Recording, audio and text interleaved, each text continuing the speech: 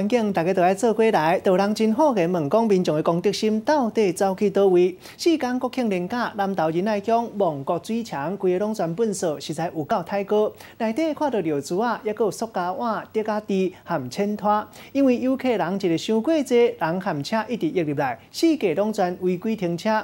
无到5公尺外出入口车道，规拢扣，袂顶袂当。还有人因为安尼气毛有够歹，你咧攀啥扫？ 那谁的客人？那你们的客人吗？叫他不要坐那里，我来。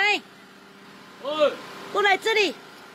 刚才看到这名游客囍伫路边，无管边的人安怎讲，然后发到要破去，无要听嘛，无要插，互车塌甲袂顶袂当，边仔佫袂少箱仔车嘛，从5米宽的路塌甲是袂得过。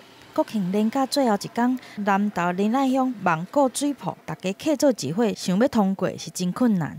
哎，这个垃圾是新鲜的，早上我们还看都是空空的。你看现在，哦，又是一大堆的垃圾。粪扫是等甲满世界，当地民众只好自动自发来咧摒扫。规个景点亲像是互炸药炸过，世界拢是粪扫。昨天真的非常气愤，你看又是垃圾，又是车子乱停，也不把垃圾带走，这样我是觉得真的很没有公德心呐。没有管制啊，没有，可能要弄几个垃圾桶在那边让游客也不能都怪游客啦。当地民众真无奈，逐工拢咧整理环境，大批游客来佚佗，就互仁爱乡出现袂少的乱象。望国水铺边仔有徛告示牌啊，写着禁止烘肉、酸水，拢敢若无效。宣导村办公就去那边去整理乱。除了提出解决的办法，改善环境设施，当地民众嘛呼吁欢迎游客来观光，但是嘛唔通袂去发挥公德心，千万唔通变做环境的杀手。